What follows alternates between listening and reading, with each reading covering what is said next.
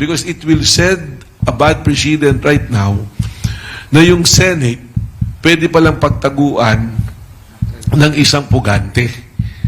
So, ibig sabihin, kung ikaw may bala kang maging professional criminal at maraming means ka to be a senator, magsisenador ka.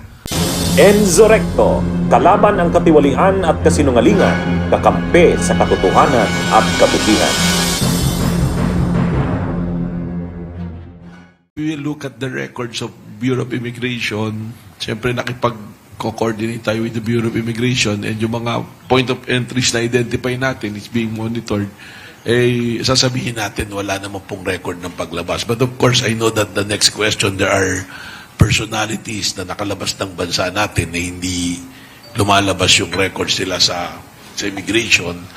So, alam naman natin po yung parang yung ating geographical contour natin. Talagang there are lots of point of entries and exits sometimes that we cannot monitor. But we are getting leads every day na ang sinasabi is nandirito pa rin po siya sa Pilipinas. No? So, we have dedicated a team, actually teams to track Senator Bato. Kung saan po siya, actually, ang ginawa namin, backtrack namin from the time that he disappeared sa Senado noong early morning of May 14. At the same time, we already ordered yung lahat ng district and regional offices to do their own monitoring po sa kanilang respective areas. Apart from the dedicated team, a tracking team to go after, to locate Senator Bato de la Rosa. Ang tawag niya po doon ay team na naghahanap o dragnet? Well, you can call it whatever it is, but it's a team that will try to locate and effect the arrest of Senator Bato de la Rosa. Apo, si Senator de la Rosa ay galing sa law enforcement agency. Sa tingin niyo ba factor kung bakit siya parang palos, madulas, yung kanyang kaalaman at ang kanyang network ay nagagamit niya? Well, it's one of the major concern kasi nga galing siya sa law enforcement, so he knows how the law enforcement officers behave, kung paano siya itatrack or hahanapin. So, ang sa akin lang naman dito, eventually, the law will catch up in you and the law enforcers will get you kung saan ka man naroroon. That's why I'm always appealing, if I have an opportunity, to Senator Bato to surrender kung saan na siyang sumuko at harapin niya yung kanyang hinaharap na kaso sa ICC. Pero by the looks of it, baka wala siyang balak sumuko dahil nandiyan na nga siya sa Senado, bigla pang nawala. Sabi ko nga, huli na, naging bato pa. Director, do you consider the senator armed and dangerous? And if so, how do you plan to arrest him? Ano naman po? It's our standard protocol. If we're doing search or locating a fugitive from justice, ang presumption namin lagi is armado yan at delikado yung magiging approach. So, ang instruction po natin sa ating mga law enforcement, sa ating mga NBI agents, is to proceed with caution every time na limbawa nag-positive na or even do sa area na suspected na talagang nandoon siya, is kailangan maging maingat po sa paghuli dahil that's always the presumption. Especially Senator Bato, who used to be chief of police natin, a major law enforcement natin dito sa Pilipinas. At the same time, what happened doon tayo sa Senado, it shows yung factor na yan na maaaring talagang armado po yung tao na ito. Is the government molding the idea of putting a bounty on his head at this stage? It's not my call po. It's because when it comes to its arrest, it's the Department of Justice po talaga ang magbabagay ng instruction dyan. So now the instruction to us is to locate and effect the arrest of Senator Bato de la Rosa.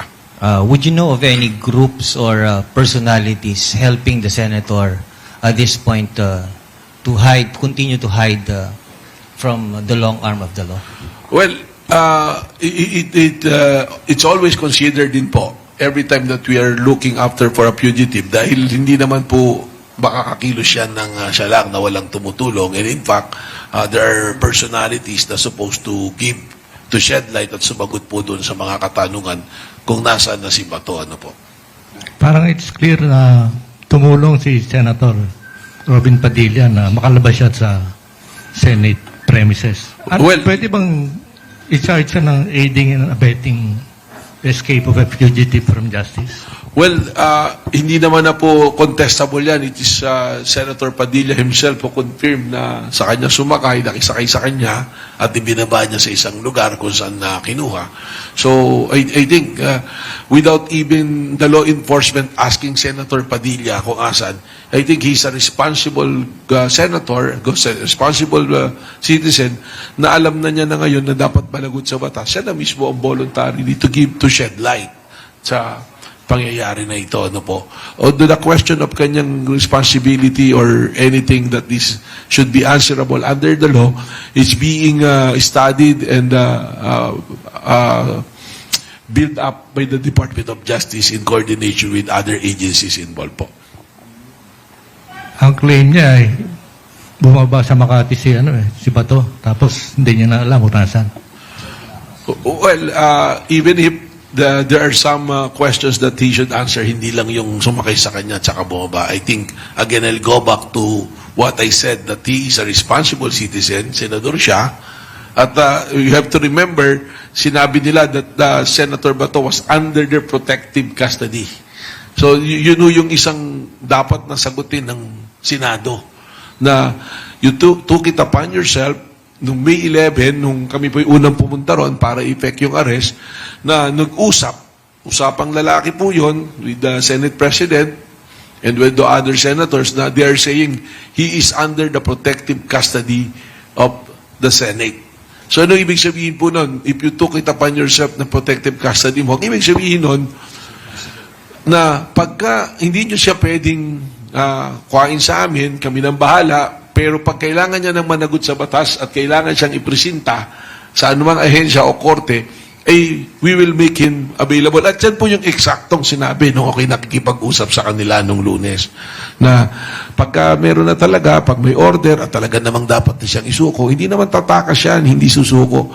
So, that is protective custody. I will make an example for our public to easily understand. Pumasok ka halimbawa ng isang department store, pinaiwan mo yung bag mo, sa anong ibig sabihin nun, ipinagtiwala mo sa kanya yung bag mo na yon, binigyan ka ng numero, sila yung may kustodiya ron. Pag nawala yan, may nangyari dyan sa gamit na yan, at kukunin mo na yon, at hindi mo mabalik, sino pa mananagot? Yung may hawak ng gamit na yon. Dahil you took it upon yourself that you will secure it. Baka yata ang pinagtataka nga rito, baka iba yung definition ng Senado rito sa protective custody, hindi nyo pwedeng hulihin, pero pwede naming patakasin. Mahirap po yata pagka ganun yung naging sistema natin. Because it will set a bad precedent right now na yung Senate pwede palang pagtaguan ng isang pugante. So, ibig sabihin, kung ikaw may bala kang maging professional criminal at may means ka to be a senator, magsisenador ka. Para paghuhulihin ka, nandudong ka lang sa Senado. I think, kailangan ma-realize natin yun because napapansin ko po, there is a breakdown of law and order right now. And ako ngayon, nandito ngayon sa NBI, kami ngayon sa NBI, that is what we want to promote. That we have law and order. We have to instill law and order and discipline to every Filipino right now. Then that is a big challenge to all of us, especially with the rise of social media. Bunyog, bunyog, halikan na kasama ka. Bunyog, kapag buklod ay may pag-asa. Luzon, Visayas, Mindanao, isa ang pananaw.